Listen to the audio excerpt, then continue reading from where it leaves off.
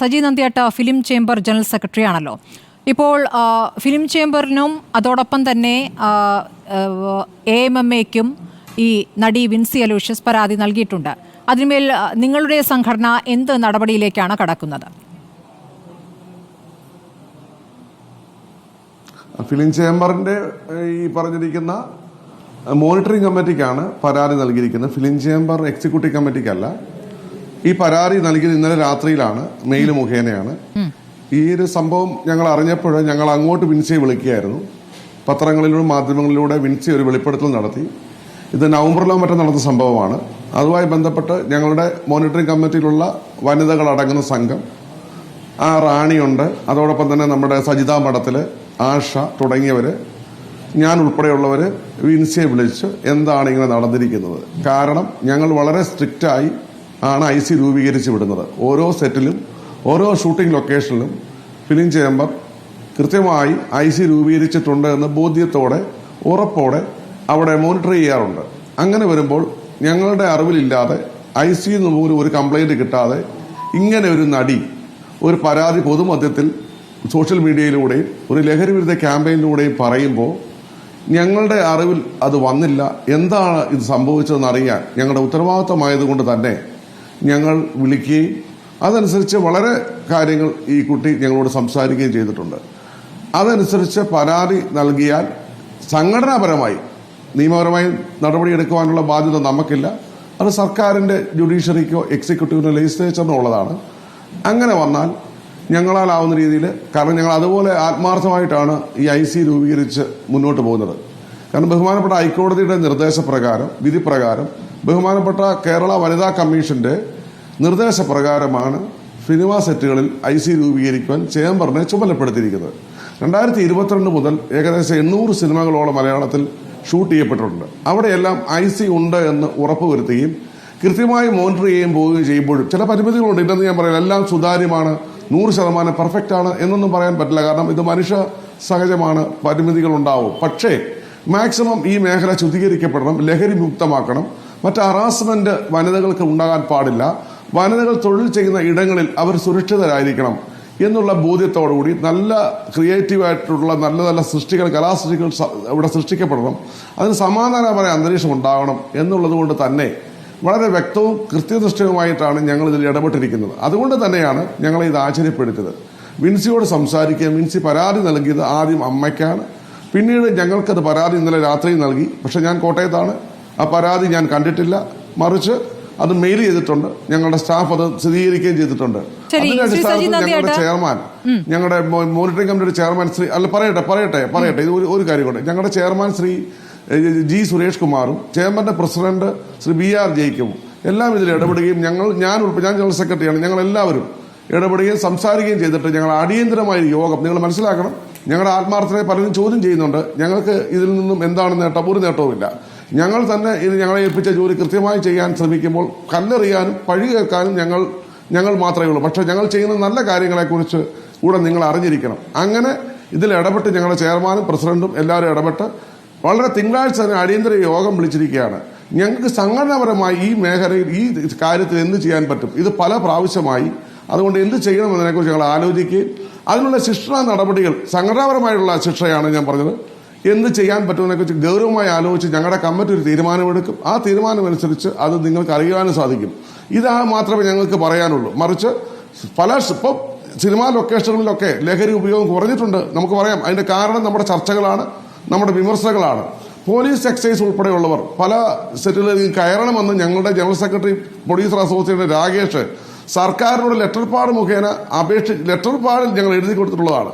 ഏത് ലൊക്കേഷനിൽ വന്നും ഷൂട്ട് ചെയ്യുന്ന സമയത്തായാലും എപ്പോഴായാലും കയറിയിട്ട് ഇവിടെ ഏതെങ്കിലും തരത്തിലുള്ള ലഹരികളോ ഏതെങ്കിലും തരത്തിലുള്ള ഹറാസ്മെന്റോ ആർക്കെങ്കിലും ഉണ്ടോ എന്ന് അന്വേഷിക്കാൻ നമ്മുടെ പോലീസ്, എക്സൈസ് സംവിധാനങ്ങൾക്ക് എപ്പോഴും സ്വാഗതം പറഞ്ഞുകൊണ്ടും അത് ചെയ്യണമെന്നും അഭ്യർത്ഥിച്ചുകൊണ്ട് കത്തും ഞങ്ങൾ കൊടുത്തിട്ടുണ്ട്. അവിടെ ലോ ആൻഡ് ഓർഡർ കൈകാര്യം ചെയ്യാൻ ഞങ്ങൾക്കാവില്ല. എല്ലാ സംഘടനകളുടെ പുറത്തു കൊണ്ട് വെക്കരുത്. ഇതാണ് ഞങ്ങൾക്ക് ആദ്യഘട്ടം എന്നതിൽ ഈ ചർച്ചയിൽ പറയാനുള്ളത്. ശരി സജി നന്ദിയാട്ട, പക്ഷേ വിൻസി ഇപ്പോൾ പറയുന്ന ഒരു കാര്യം, വിൻസി എന്തുകൊണ്ട് ഈ 4 മാസമായിട്ട് പറഞ്ഞില്ല, അതിനു മുമ്പ് നടന്ന സംഭവമാണല്ലോ എന്നുള്ള ചർച്ചയിൽ ആദ്യഘട്ടത്തിൽ ഉയർന്നു വരുന്ന ഒരു ചോദ്യം. പക്ഷേ അങ്ങനെയല്ല, അവരൊരു ലഹരി വിരുദ്ധ പരിപാടിയിൽ പങ്കെടുത്തുകൊണ്ട് ഒരു പ്രസംഗം നടത്തുന്നു. ആ പ്രസംഗത്തിൽ ഒരു ഭാഗം മാത്രം അടർത്തിയെടുത്ത് ഞാൻ ലഹരി ഉപയോഗിക്കുന്നവരുമായി ഇനി അഭിനയിക്കില്ല എന്ന് പറയുന്നു. അതുമാത്രമായി വാർത്തകൾ പോകുന്നു. ആ വാർത്ത പോകുന്ന ഘട്ടത്തിൽ അവരെ അതുമായി ബന്ധപ്പെട്ട് അവരെ അറ്റാക്ക് ചെയ്തു. സൈബർ അറ്റാക്കാണ് അവർക്കെതിരെ വരുന്നത്. അതിന്മേലാണ് ഒരു പ്രതികരണമായി അവർ വീഡിയോ ഇടുന്നത്. ഒരു നടനിൽ നിന്ന് അനുഭവം ഉണ്ടായതിൻ്റെ പശ്ചാത്തലത്തിലാണ് ഞാൻ അങ്ങനെ ഒരു കാര്യം പറഞ്ഞത് എന്ന്. അപ്പോൾ അതിനുശേഷം നിങ്ങൾക്ക് ആ പരാതി നൽകുമ്പോൾ അതിൻ്റെ ഒരു രഹസ്യ സ്വഭാവം സൂക്ഷിക്കണം, നടൻ്റെ പേര് പുറത്തു പറയരുത് എന്ന് ഉറപ്പ് വാങ്ങിയിട്ടാണ് അവരത് പറഞ്ഞതെന്ന് പറയുന്നു. താങ്കളത് വിൻസിൽ നിന്നും ഇങ്ങനെ ഒരു പേര് വന്നു എന്ന രൂപത്തിൽ തന്നെ അത് പൊതുമധ്യത്തിലേക്ക് പറയുകയായിരുന്നു. അത് വിൻസിക്ക് ബുദ്ധിമുട്ടുണ്ടാക്കുന്നത് പരാതിക്കാരിയുടെ അവർ പറയുന്ന രൂപത്തിൽ അത് പരിഗണിക്കുക എന്നുള്ളൊരു പ്രധാനപ്പെട്ട കാര്യമാണല്ലോ. നിങ്ങളത് അഡ്രസ്സ് ചെയ്യണം. അത് അഡ്രസ്സ് ചെയ്യുമ്പോൾ അതിനൊരു രഹസ്യാത്മകത അത് സൂക്ഷിക്കണമെന്നൊരു വിഷയം കൂടി ഉണ്ടല്ലോ. സ്മൃതി പറഞ്ഞ വളരെ കറക്റ്റാണ്. സ്മൃതി വിൻസി പറഞ്ഞിരുന്നു ഈ വ്യക്തിയുടെ പേര് വെളിയിൽ പറയരുത്, ഈ സിനിമയെ ബാധിക്കില്ല, സിനിമയിലുള്ള ആൾക്കാരെല്ലാം വളരെ കോപ്പറേറ്റീവ് ആയിരുന്നു, നല്ല ആൾക്കാരായിരുന്നു, നല്ല പ്രോജക്റ്റാണ്, ഇതൊക്കെ പറഞ്ഞിരുന്നു. സത്യമാണ്, അത് ഈ നിമിഷം വരെ പാലിച്ചിട്ടുണ്ട്. പക്ഷേ ഒരു ചാനൽ, നിങ്ങളുടെ ചാനലല്ല കേട്ടോ, ഒരു ചാനൽ ഇത് ചേംബർ എന്തോ ചെയ്തു എന്ന് പറഞ്ഞപ്പോൾ ആ ചാനലിലെ ആളെ ഞാൻ വിളിച്ച് സംസാരിച്ചപ്പോൾ അദ്ദേഹം പറയുന്നു ഞാൻ അങ്ങനെയല്ല ഉദ്ദേശിച്ചത്, ഇങ്ങനെ ഉദ്ദേശിച്ചത്. പക്ഷെ ഒരിക്കലും ഞാൻ ഇവിടെ വെച്ച് പറയുന്നു, ഫിലിം ചേംബർ ഓഫ് കൊമേഴ്സിന്റെ ഭാഗത്തുനിന്ന് ഒരു തരത്തിലുള്ള ഒരു രേഖകളോ ഒരു പേരോ ഒരു പടത്തിന്റെ പേരോ ഞങ്ങളായിട്ട് പറഞ്ഞിട്ടില്ല. നിങ്ങൾ ഇങ്ങോട്ട് ചോദിക്കുമ്പോൾ ഇന്ന നടന്റെ പേര് പറിച്ച് സംസാരിക്കുമ്പോൾ ഞങ്ങൾ അതിന് മറുപടിയായി പറഞ്ഞിട്ടുണ്ടാവും. പക്ഷെ ഞങ്ങളുടെ നാവിൽ നിന്നും ആ പേര് അങ്ങോട്ട് ഞങ്ങളായിട്ട് ഉന്നയിച്ചിട്ടില്ല. അത് വിൻസിക്കൊരു തെറ്റിദ്ധാരണയാവാം, ചിലപ്പോൾ എനിക്കറിയില്ല, വിൻസിയോട് ഞാൻ സംസാരിച്ചില്ല. പക്ഷെ ഒരിക്കലും ഞങ്ങൾ മനഃപൂർവ്വമായിട്ട്, കാരണം ഞങ്ങൾ അങ്ങോട്ടാണ് വിൻസിയെ വിളിച്ചത്. ഞങ്ങൾക്ക് ഇതിനകത്ത് എന്താണ് ലാഭം?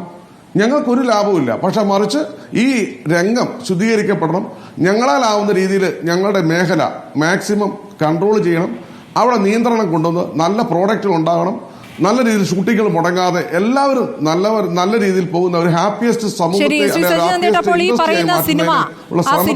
മാത്രമാണ്. ആ സിനിമ നല്ല രൂപത്തിൽ പോകണമെന്നുള്ളതുകൊണ്ടായിരിക്കുമല്ലോ. അത് സംവിധായകരുമായി ബന്ധപ്പെട്ടൊന്നും അവർക്ക് പരാതിയില്ല. കാരണം സംവിധായകരോട് അത് പറയുകയും സംവിധായകർ ഒരു മുന്നറിയിപ്പ് നൽകുകയൊക്കെ ചെയ്തു എന്നാണ് പറയുന്നത്.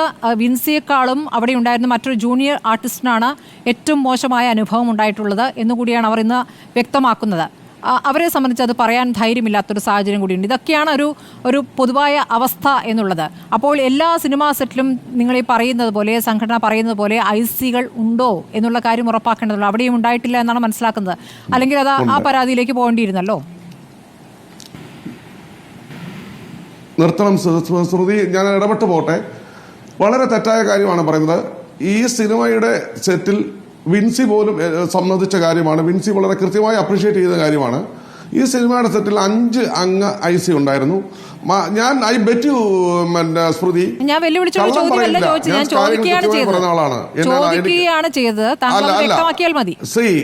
അവിടെ ഓക്കെ, താങ്ക് യു. ഈ പറയുന്ന സിനിമയുടെ സെറ്റിൽ 5 പേരടങ്ങുന്ന IC ഉണ്ടായിരുന്നു. അതിൽ 3 വനിതകളായിരുന്നു. വിൻസിയുടെ പരാതി അവിടെ എഴുതി കൊടുത്തിട്ടില്ല. വാക്കാൽ പറഞ്ഞ പരാതി, ഇങ്ങനൊരു പരാതി അറിഞ്ഞപ്പോൾ തന്നെ ആ 5 പേരും, പ്രത്യേകിച്ച് ഒരു ലേഡി വളരെ ഇനിഷ്യേറ്റീവ് എടുത്ത് അവരുമായി സംസാരിച്ച് കാര്യങ്ങൾ തീർക്കുന്നതോടൊപ്പം തന്നെ ആ ഡയറക്ടറും സ്ക്രിപ്റ്റ് റൈറ്ററും അവിടെയുള്ള പ്രൊഡ്യൂസറും ഉൾപ്പെടെയുള്ള മുഴുവൻ ആൾക്കാരും ഒന്നടങ്കം വിൻസിയോടൊപ്പം നിന്ന് വളരെ സന്തോഷകരമായിട്ടാണ് ആ ലൊക്കേഷനിൽ അവർ ഷൂട്ടിംഗ് അവസാനിപ്പിച്ചത്. അതിനുശേഷം ഈ പറയുന്ന തരത്തിൽ ഈ സംഭവങ്ങളൊന്നും മോണിറ്ററിംഗ് കമ്മിറ്റിയെ അറിയിക്കുകയോ ഞങ്ങൾക്കിത് അറിയാൻ സാധിക്കുകയോ ചെയ്തിട്ടില്ല. കാരണം പരിമിതികളുണ്ട്. കാരണം ശ്രുതിക്കറിയാമല്ലോ, ഒരേ സമയത്ത് 30-35 സിനിമകൾ ഷൂട്ട് ചെയ്യപ്പെടുമ്പോൾ അത് ഒരു സിനിമ പോലും 10, 50, 60 ലൊക്കേഷൻ ചേഞ്ച് ഉണ്ട്. ഇത് മൊത്തം ഫോളോ അപ്പ് നടത്തി ചെയ്യുക എന്ന് പറഞ്ഞാൽ അത് പ്രാക്ടിക്കൽ അല്ല. പറയുമ്പോൾ ഇവിടെ നിന്ന് പറയാം നിങ്ങൾ എന്ത് ചെയ്യുകയായിരുന്നു, നിങ്ങൾ ഉറങ്ങുകയായിരുന്നു, നിങ്ങൾ എന്നാത്തിന് കൊള്ളാം എന്നൊക്കെ വേണേൽ പറയുമ്പോൾ ഇവിടെ നിന്ന് ചോദിക്കാം. പക്ഷേ പ്രാക്ടിക്കലായിട്ടുള്ള ഒത്തിരി ബുദ്ധിമുട്ടുകൾ ഞങ്ങൾക്കുണ്ട്. ഞങ്ങളുടെ വനിതകൾ ഉൾപ്പെടെയുള്ളവർ ഇത് കറക്റ്റായിട്ട് മോണിറ്റർ ചെയ്യുന്നുണ്ട്. അതോടൊപ്പം തന്നെ എല്ലാ ഷൂട്ടിംഗ് ലൊക്കേഷനിലും ഫ്ലെക്സ് വെക്കണം, ഇങ്ങനെ ഇവിടെ IC ഉണ്ട് എന്നവരെ ബോധ്യപ്പെടുത്തണം. ഇതെല്ലാം കൃത്യമായി പറയുന്നുണ്ട്. പ്രൊഡ്യൂസർമാരെ ഞങ്ങൾ അവെയർ ചെയ്തിട്ടാണ് ഇത് വിടുന്നത്. ഞാൻ ബെറ്റ് വെക്കുന്നു, മലയാള സിനിമയിൽ 2022 മുതൽ ഇപ്പോൾ നടക്കുന്ന എല്ലാ ഷൂട്ടിംഗ് ലൊക്കേഷനിലും IC ഇല്ലാത്ത ഒരു സിനിമ ഉണ്ടായിട്ടില്ല, ഇനിയൊട്ടും ഉണ്ടാകുകയുമില്ല.